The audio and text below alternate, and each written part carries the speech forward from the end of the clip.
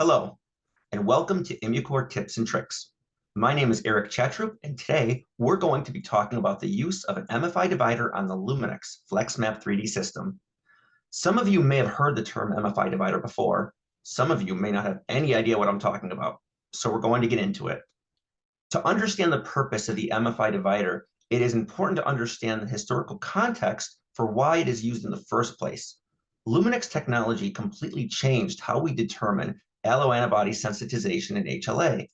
The Luminex LX100 and 200 series models have been used for many years. This has resulted in a lot of data acquired over a long period of time.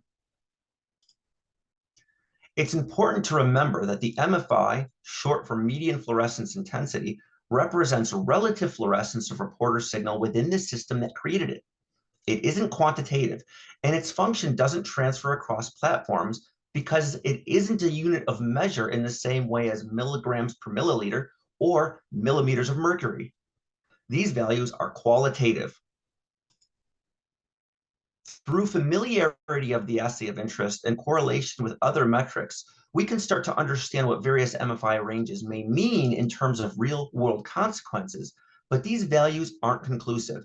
Anyone that has ever performed parallel studies with Luminex instruments will probably also tell you that these values aren't super precise. So along comes the FlexMap 3D, a newer Luminex platform with many new and shiny features. I'm not going to get into all the improvements that this platform offers. However, there is one attribute between the FlexMap 3D and the 100/200 series that is relevant to this conversation. The FlexMap 3D has a wider dynamic range and higher sensitivity than the LX200. Specifically, the extended log scale for reporter fluorescence on the FlexMap 3D means it has an average of greater than 4.5 decades of detection versus only 3.5 decades of detection for the LX200. An explanation of the technology used to achieve this is beyond the scope of this talk. Suffice to say, the major contributor is that the reporter channel detection is different between the two instruments. The analog to digital resolution for the FlexMap 3D is 16 bits versus that of the LX200 series where the analog to digital resolution is only 14 bits. It's important to note that this difference in reporter channel detection, as well as the variance in instrument sensitivity, such as the number of fluorochromes detected on each microsphere, will affect the MFIs. If the extended dynamic range of the FlexMap 3D seems like an upgrade, that's because it is an upgrade.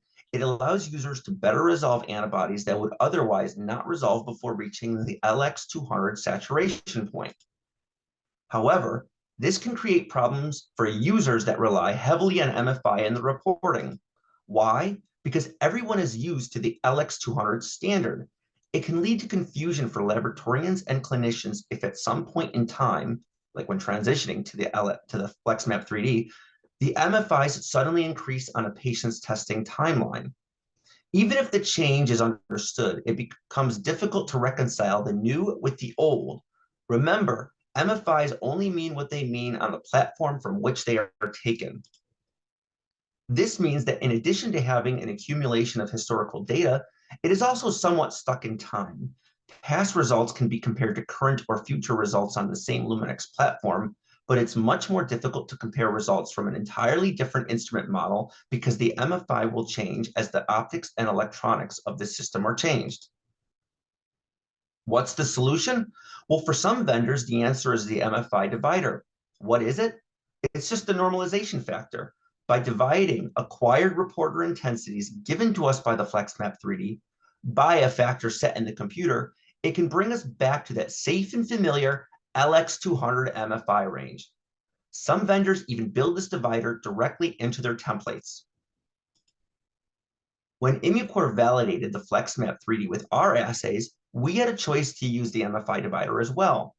Interestingly, according to our data, the normalization factor would actually vary depending on the assay. We instead validated our kits without an MFI divider because we saw the value in the new technology and wanted to take full advantage of the wider dynamic range of the FlexMap 3D. During our validation of LSA1 and LSA2, we were able to achieve greater than 95% concordance between the two platforms on positive and negative bead calls without the use of a divider. How did we do it? We did it because we've never been MFI absolutists. The calculation used by the Matchit software is designed to specifically go beyond MFI. MFI is considered when making positive calls, but we also consider the patient's lowest reacting locus-specific antigen in each locus to normalize our call. This is what we call the MFI over LRA ratio. Essentially, MFI above a certain level is required, but not sufficient for our calls. This is how our software aids in result determination. But even beyond that, we at Immucor have been saying for years that when doing antibody analysis, we need to look at the big picture and be aware of the patterns of reactivity, patient history, eplets, CREGs, etc., to make the best and most informed decisions. It's showcased in every single antibody workshop we've done over the last several years. I hope you'll check some of them out if you haven't already. Thanks for joining, and we hope to see you next time.